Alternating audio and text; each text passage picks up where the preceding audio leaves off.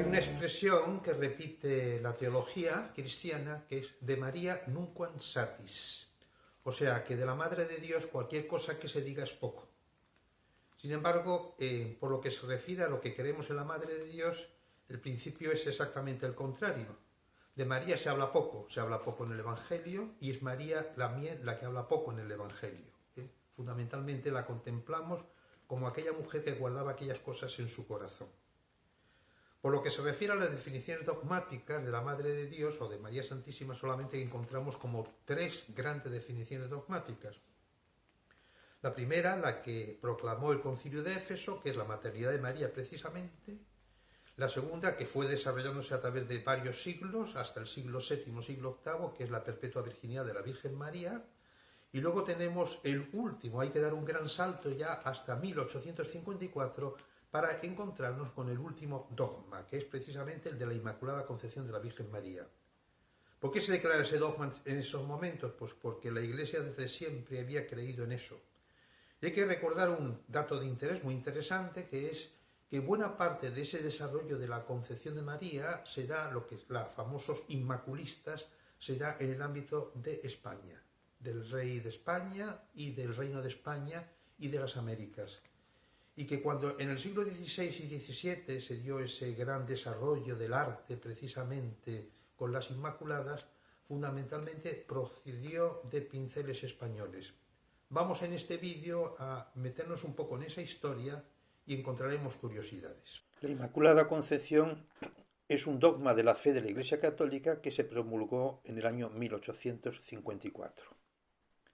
Este dogma explica que María es la única persona en la historia de la humanidad que nació sin pecado original. Dios pensó en María para ser su madre. Por eso le concede la gracia de nacer sin ningún tipo de mancha. Todos los demás hombres, nacemos con esa tendencia al pecado que nos limpia precisamente el bautismo. Pero la Madre de Jesús no fue víctima de ese pecado original. La Iglesia siempre creyó en la convicción de la concepción virginal de María, que ha acompañado desde el inicio de la fe al pueblo cristiano. La proclamación de María como Madre de Dios en el Concilio de Éfeso, contra la herejía de Nestorio, ya recogía de algún modo, aunque no totalmente explícito, este convencimiento. Ni siquiera Lutero negó esta evidencia. Es más, en un sermón suyo que está datado en el año 1527 afirmaba lo siguiente: «Es dulce y piadoso creer que la infusión del alma de María se efectuó sin pecado original. De modo que en la mismísima infusión de su alma ella fue también purificada del pecado original y adornada con los dones de Dios, recibiendo un alma pura infundida por Dios, de modo que desde el primer momento que ella comenzó a vivir fue libre de todo pecado».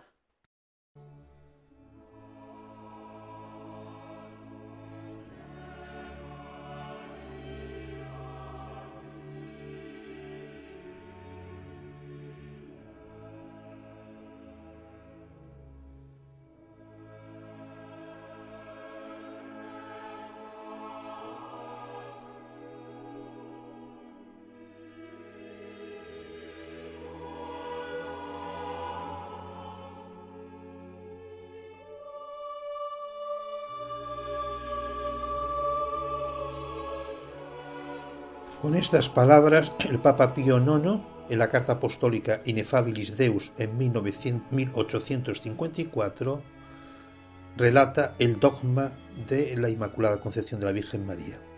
Dice así: definimos, afirmamos y pronunciamos que la doctrina que sostiene que la Santísima Virgen María fue preservada inmune de toda mancha de culpa original desde el primer instante de su concepción, por singular privilegio y gracia de Dios omnipotente, en atención a los méritos de Cristo Jesús, Salvador del género humano, ha sido revelada por Dios y por tanto debe ser firme y constantemente creída por todos los fieles. Muchos siglos antes de que Carlos III hiciera esa petición al Papa Clemente XIII para declarar en el año 1760 a la Virgen Inmaculada como patrona de España, muchos siglos antes, en el siglo VII, estamos en la época de los reinados visigodos, Es un rey, el rey Bamba, el que ostentaba ya el título de defensor de la Purísima de la Inmaculada Concepción, muy relacionada además con los famosos concilios de Toledo, especialmente el concilio 11 de Toledo. Fueron muchos los monarcas en la península ibérica que terminaron siendo devotos de esa misma vocación. Basta pensar, por ejemplo, a Fernando III Santo, el de Castilla, y también a Jaime I el Conquistador del Reino de Aragón. Empieza una eclosión a partir de ya el siglo XIV de cofradías y de otros lugares en los que en nuestro país, en España, se realiza especialmente en honor a la Inmaculada Concepción. Por ejemplo, en el año 1330 probablemente se creó la primera cofradía en la ciudad de Girona. También se le dio el título bajo la vocación, proliferan las cofradías con la vocación de la pura y limpia Concepción de María, y así llegamos que el mismo rey Carlos I, el emperador Carlos I y su hijo Felipe II solían portar en los estandartes de las campañas militares precisamente el escudo de la Inmaculada Concepción. Especialmente a finales del siglo XVI y en el siglo XVII viene la gran eclosión de la devoción de la Inmaculada de la Virgen María, que también se refleja en el arte. Basta pensar que la gran mayoría de representaciones de la Inmaculada Concepción que se presentan en el arte están precisamente hechas en España, o bien por pinceles españoles, o por bien por pintores que trabajaban en la corte de España. Basta pensar en Tiepolo, el Greco, Rivera, Murillo, Zurbarán y tantos otros.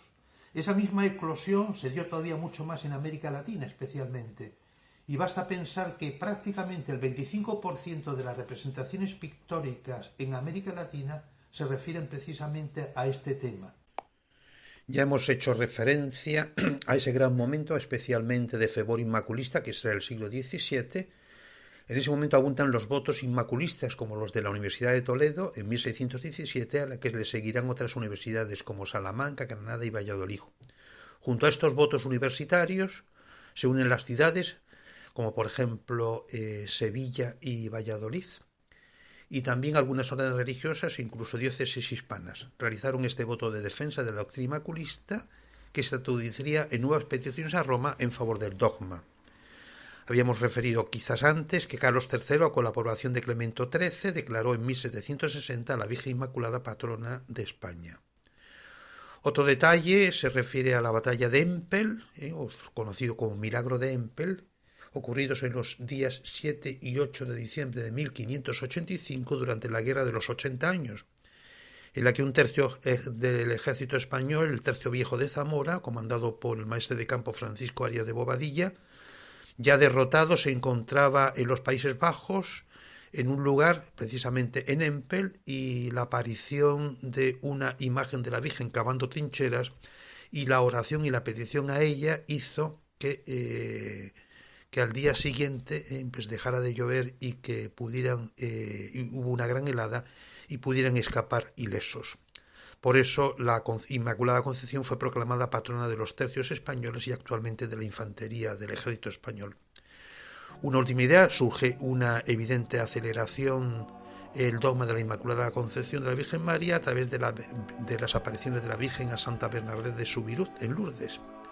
Bajo este nombre llevaría una explosión de fervor a la Inmaculada en el siglo XIX en todo el orbe católico.